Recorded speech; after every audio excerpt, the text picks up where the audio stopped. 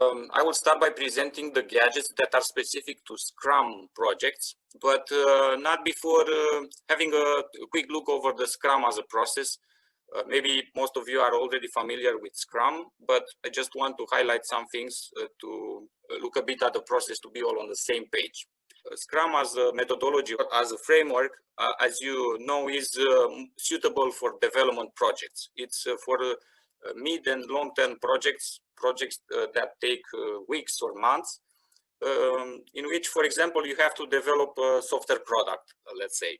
And the first step in building that software product is to create the product backlog, which consists in a set of items to be developed, to be worked in order to obtain the software application at the end. So the first step is to create a backlog. Backlog consists in user stories that are end-to-end functionalities of the product to be developed, maybe technical tasks, so all the work that has to be performed in order to build the application. And this backlog is ranked. It has the most important items at the top of it, and every backlog item has an estimate. Estimation is usually done in story points, so is a size estimate in story points. But some people prefer to estimate the work items in hours, for example. So both work.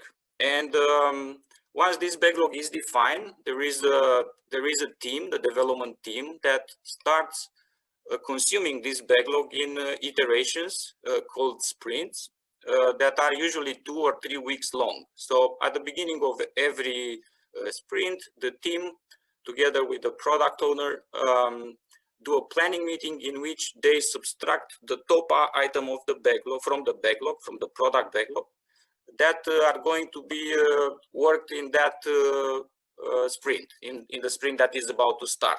And these items, this subset of items, form the sprint backlog. And then the team starts working on these items and develop them one by one until the sprint is finished.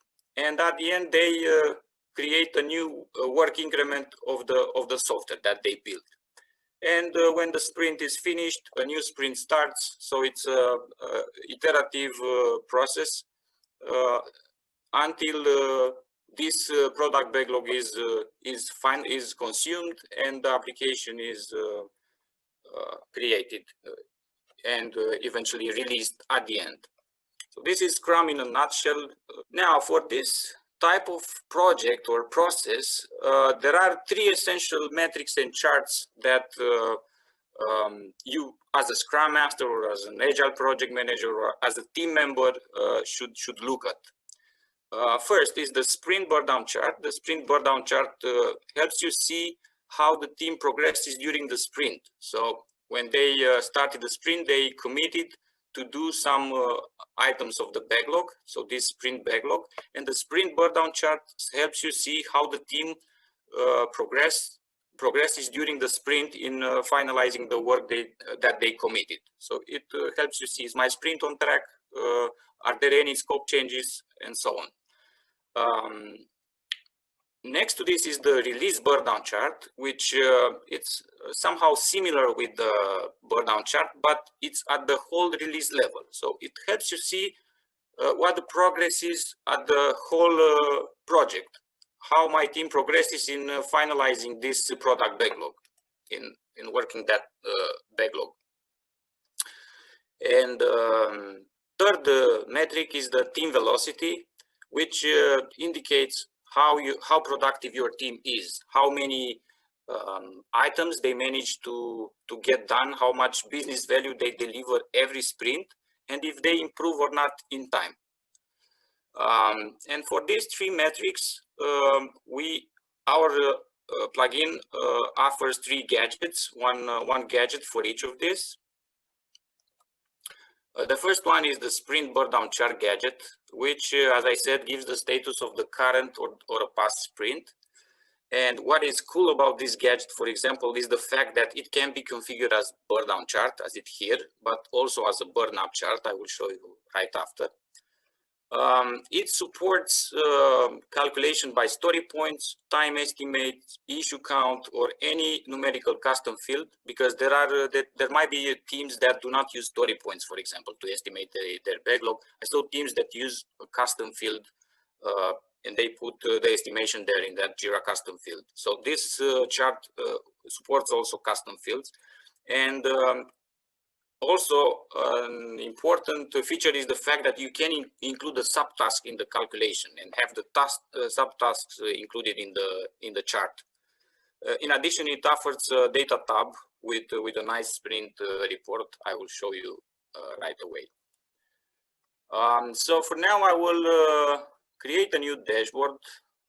I will name it Scrum dashboard.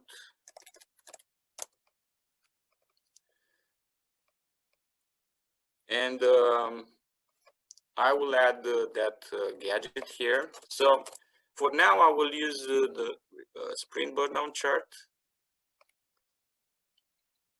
This is the gadget configuration. So I have a title that I can set. I will configure this as a burndown chart for the current sprint, so I can keep the current title. I select my agile board here, and I select the sprints here. I will choose the option to select the latest sprint. This automatically changes the sprint when you create a new sprint, so you don't need to come here to reconfigure the gadget manually with a new sprint. I will choose to calculate. So here I have the options to generate the chart by story points. Story point estimate is for the next gen project. The app supports next gen projects as well. Original time estimate and time remaining and time spent are options if you use time estimates. Issue count, it doesn't count story points or time, it just counts the issue numbers. And these are the custom fields in case you have custom fields that you use to estimate your stories. So I will choose to calculate by story points, and I will configure it as a burndown chart. To configure it as a burndown chart, I need this line, ideal burndown remaining, because burndown chart is based on remaining work. And I will choose to display also the scope here, and I will select the option for showing a data table. And now I have here the burndown chart for my current sprint. As you can see, so what I have here, it's this is the timeline. This is the day 0 of the sprint, and this is the end of my sprint when the sprint will be finished. With green here is the scope. It's the total estimation of the items that were included in the sprint. And I can see here if the scope changes along the sprint. So this displays eventual scope changes. As you can see here, from 120, scope was changed to 122. So probably the team added 2 story points item in the sprint backlog. And remaining displays the remaining time, the remaining work along the time during my sprint. So in day 0 of the sprint, remaining was 120, same with the scope, because no work was done in day 0. But after that, the team progressed and closed items, and remaining decreases. For example, this is the current day. The remaining is 61 at this moment.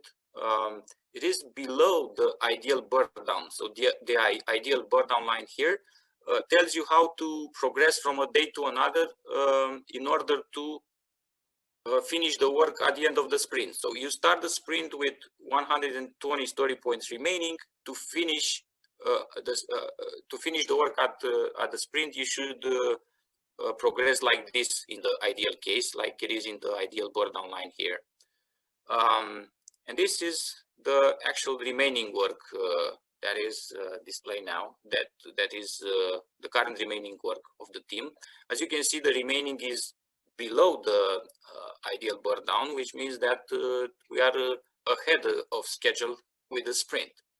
So this gadget gives you the progress of the team for the current sprint, and it comes also with a nice report here. As you can see, it gives you the sprint name, state of the sprint, when the sprint started, when the sprint finishes, a list with the completed issues. and the estimate status of each of them, and the list with not completed issues, and the subtasks are included as well in my example here. Okay, and the gadget can be configured as Burnup. I will show you. So sprint Burndown chart, this one. Okay, let's select the same board, same sprint by story points. All you have to do is just to choose the right lines here. So ideal Burnup and burned in this case, and you will have a Burnup chart that indicates, this time it shows the items burned along the time in the sprint, and how the ideal Burnup indicates how you should ideally burn items in order to reach 100 items burned at the end of the sprint. So I will rename this because it's a Burnup. I will change the title here. I will say Burnup chart, current sprint. Okay. Next to this is the release Burnup or Burndown chart. This chart gives you the status at the whole release level, or you can configure it to give you the status at the sprint level if you want, in case you have multiple teams and multiple sprints running in parallel. You can use this to see the progress of the current sprint of all the teams. I will show you how. And it is very similar with the sprint Burndown chart. The only difference is the fact that it is at the release level. As you will see, it doesn't use a board as input, but it uses a filter. In addition, it supports forecast. So it can make a prediction about the ETA of the release. I will explain how that works. But first of all, let's add this gadget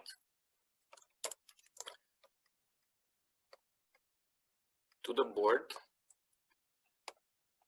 Okay, so because I finished this, I will move it here.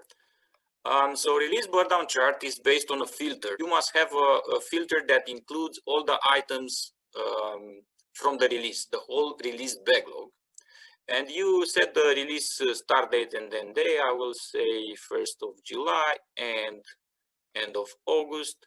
I will group data by 1 week. You can also group it by 1 day. Here you set how the done items are considered. If you select issue status as category done, it will consider as done all the items that are in a green color status from Jira, like done, closed, resolved, and so on. But you can also have the option to consider as done the items that are in the last column of a specific board. And you can configure it similar to the sprint Burndown chart by story points, time estimate, custom field. These are the settings for the forecast. I will explain them. And here you can choose what items, what lines to display. I will configure it as a Burndown. So I will choose ideal Burndown, remaining, and scope.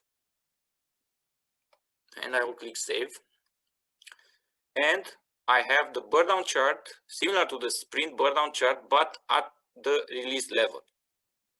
Another cool thing about this gadget is the fact that it displays the forecast. So I will choose this option for the forecast and forecast remaining. So as you can see, it draws a line to the date when the work is about to finish based on the current progress of the team. How this works? Well, let's explain here. So the gadget uses the team velocity depending on which setting you selected here. So when you select forecast is based on the average velocity of all completed time intervals, the gadget looks at these previous intervals, right? You have weeks here and status at the end of each week. And it determines how much work the team did every week, how many story points they burned every week.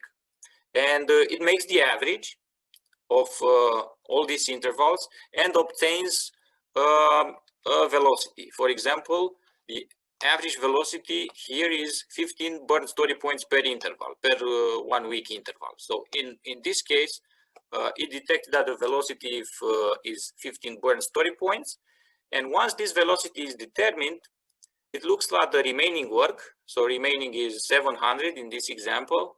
And then it determines how many intervals you need in order to finish that 700 if you burn 15 story points per week or per interval. And this way it determines the number of intervals needed to finalize the work and determines the ETA.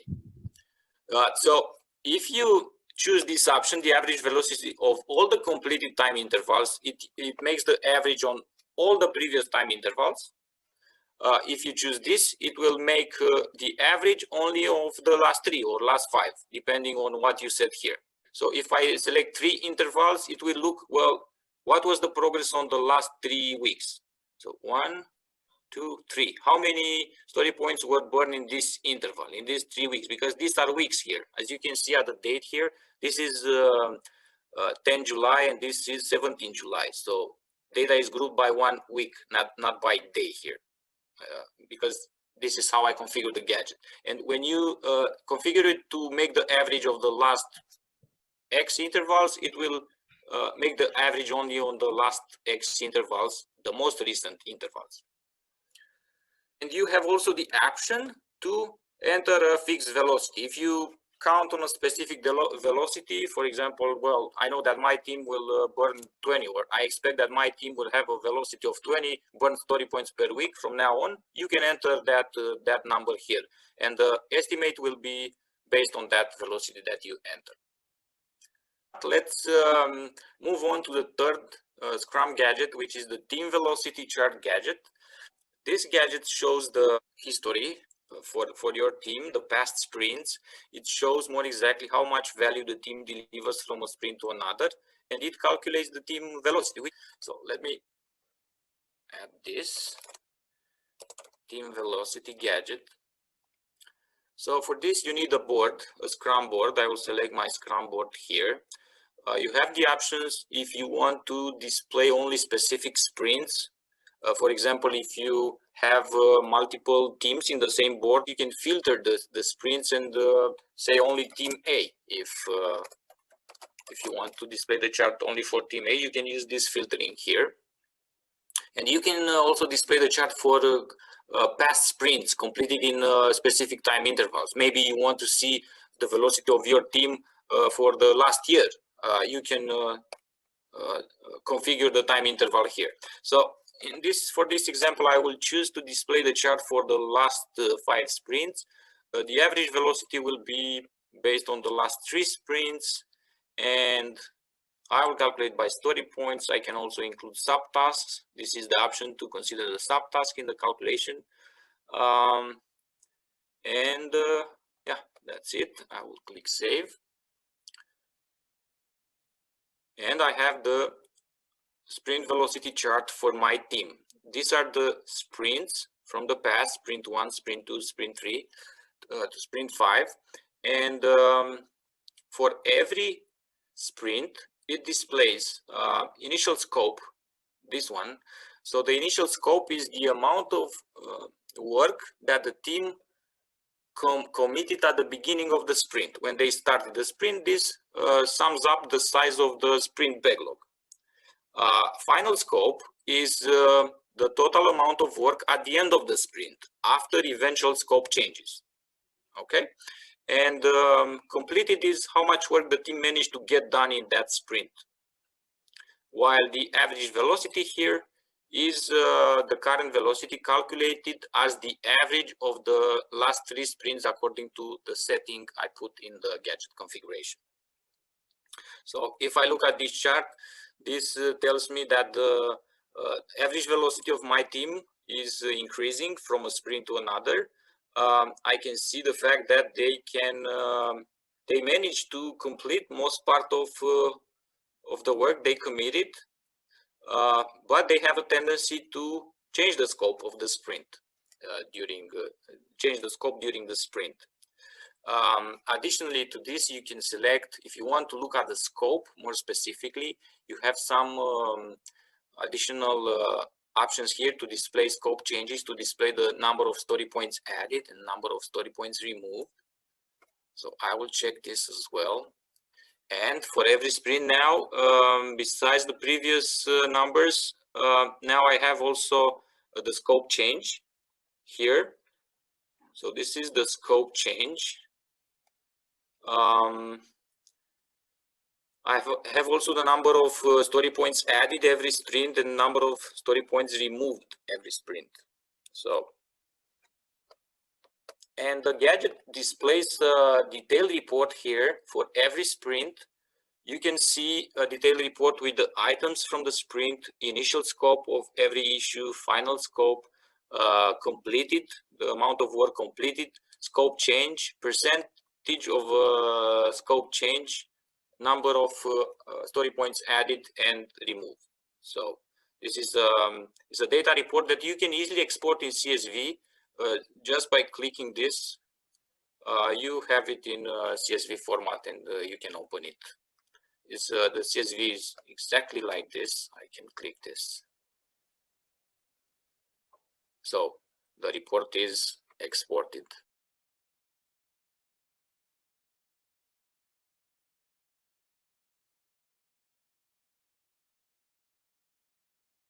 Boost your agility. Try Great Gadgets now.